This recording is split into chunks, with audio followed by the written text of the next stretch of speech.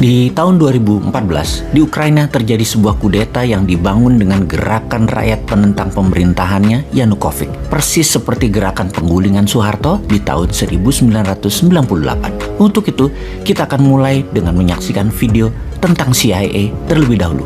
Bagaimana CIA menggulingkan sebuah pemerintahan. Baru cerita tentang bagaimana operasi intelijen CIA di dalam kudeta pemerintahan Yanukovych di tahun 2014 di Ukraina. Video kali ini disponsori oleh Dinaran, sebuah platform jual beli emas yang bisa menjadikan emas sebagai alat tukar, berinvestasi sekaligus memiliki ATM rupiah atas emas yang diletakkan di kastodian Dinaran. Rupiah Anda bisa diambil di seluruh ATM di Indonesia dan bisa melakukan transfer antar bank ke semua rekening bank. Untuk bergabung, klik aplikasi Dinaran di Google Apps dan Apple Store. Kita saksikan videonya.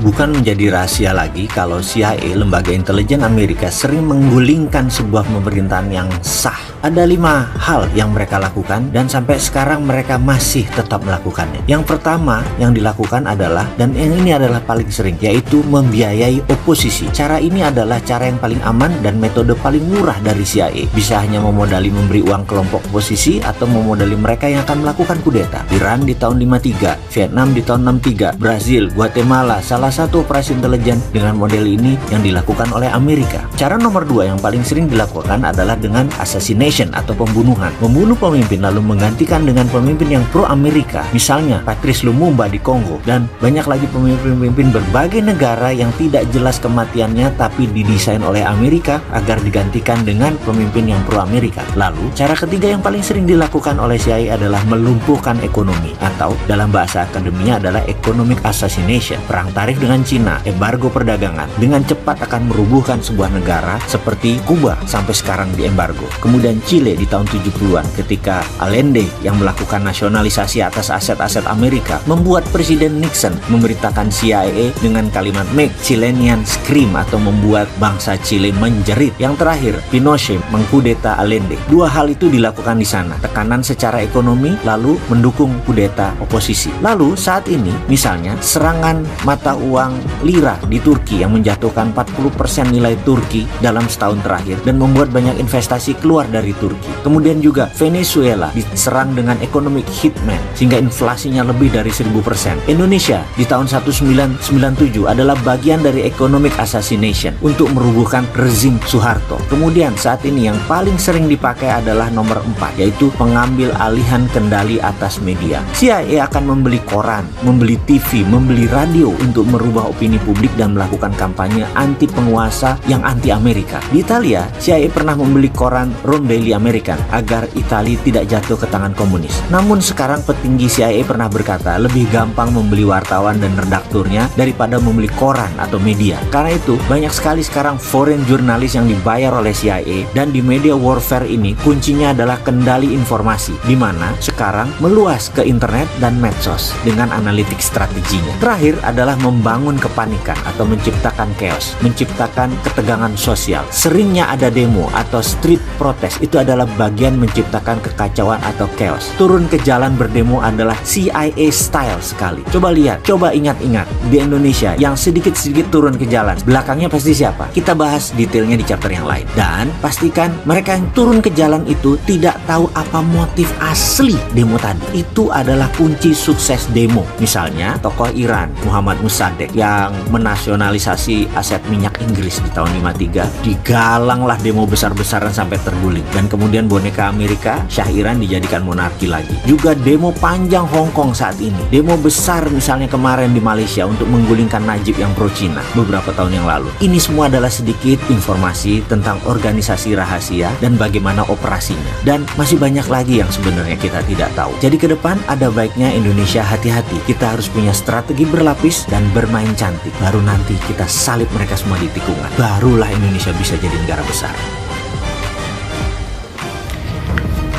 Di tahun 2014, di Ukraina terjadi sebuah kudeta yang dibangun dengan gerakan rakyat penentang pemerintahan Yanukovych, persis seperti gerakan rakyat menggulingkan Soeharto di tahun 1998 dengan memainkan parlemen, MPR, dan DPR, di mana parlemen Ukraina yang dikuasai oposisi melakukan keputusan yaitu memberhentikan Presiden Yanukovych yang pro-Moskow pada hari Sabtu 22 Februari 2014. Parlemen juga memutuskan untuk menggelar pemilihan umum yang dipercepat pada tanggal 25 Mei. Ketika itu, Yanukovych mengatakan pihaknya menolak keputusan parlemen tersebut. Dalam pidato di televisi sebelum parlemen menggelar pertemuan, Yanukovych mengatakan dirinya tidak akan mengundurkan diri dan menggambarkan langkah lawan-lawan politiknya tersebut sebagai vandalisme, aksi bandit, dan kudeta. Yanukovych juga mengatakan tindakan parlemen memilih ketua yang baru adalah melanggar hukum. Demikian juga dengan keputusan parlemen untuk membebaskan pemimpin oposisi dari penjara, Yulia Tymoshenko, yang juga melanggar hukum.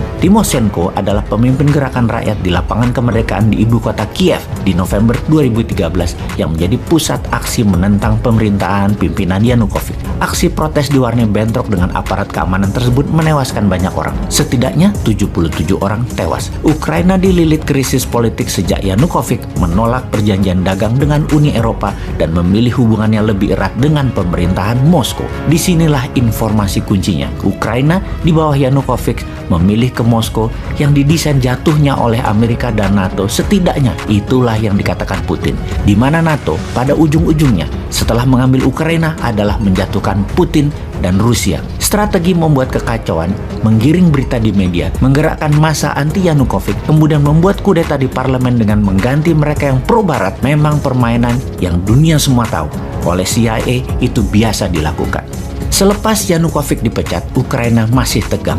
Bahkan wilayah Crimea disebut-sebut ingin melepaskan diri. Gejolak politik pun terjadi. Di kawasan tersebut menjadi peluang bagi Putin untuk mengambil Crimea tersebut daripada diambil NATO. Rusia mengirim tentara dengan dalih melindungi warganya di Crimea. Sejak Sabtu 1 Maret 2014, Putin memerintahkan para tentara masuk Crimea, wilayah selatan Ukraina sebagai buffer area jika suatu hari Ukraina jadi dicaplok NATO, termasuk membangun kekuatan milisi di timur Ukraina di wilayah Donbas. Inilah awal kegoncangan panjang selama 8 tahun di Ukraina sejak tahun 2014. Pemilu 2014 di Ukraina dimenangkan Petro Poroshenko yang memiliki sejarah sebagai Menteri Luar Negeri sejak 2009 hingga 2010, Menteri Pembangunan Ekonomi dan Perdagangan hingga 2012. Sejak 2007 hingga 2012, dia menjadi Ketua Dewan Bank Nasional Ukraina. Poroshenko masih dianggap belum menjalankan maunya NATO, sehingga pemilihan presiden di tahun 2019 sejarah baru terjadi. Seorang pelawak komedian dalam serial Pelayan Rakyat yang dibintanginya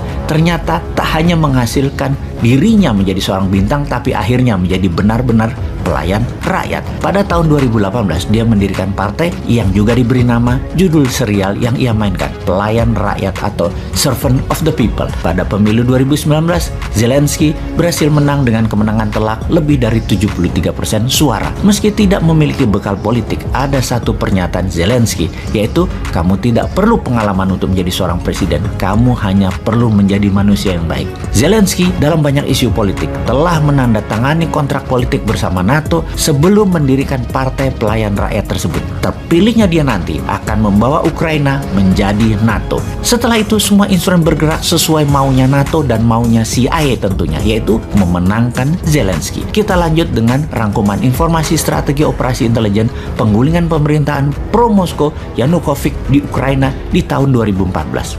Triknya adalah bahwa oposisi Ukraina didukung oleh sebagian besar Eropa dan Amerika untuk mengambil alih parlemen. Kemudian digoncang mosi tidak percaya, rakyat turun ke jalan dan media satu arah menyerang pemerintahan Yanukovych. Sebagai rencana cadangan, NATO bahkan melatih para nasionalis dan kelompok bersenjata di Ukraina Barat, di Polandia, hingga Lituania agar bukan saja siap mengkudeta secara parlemen, di mana kalau parlemen gagal dikudeta, milisi telah siap mengkudeta bersenjata terhadap Ukraina. Setelah mendapatkan Ukraina secara konstitusi di tahun 2019, dipilihlah tokoh populis untuk menjadi presiden Ukraina yang akan menjadikan Ukraina NATO. Yang kemudian di tahun 2022 ini, Rusia tidak bisa menahan diri lagi untuk melindungi kedaulatan Rusia, mengambil Ukraina sebelum diambil NATO. Kalau Indonesia, pelajarannya bagaimana? Sama seperti Timor Timur, pemerintahnya sekarang tidak nurut Indonesia misalnya, tapi lebih condong ke Australia.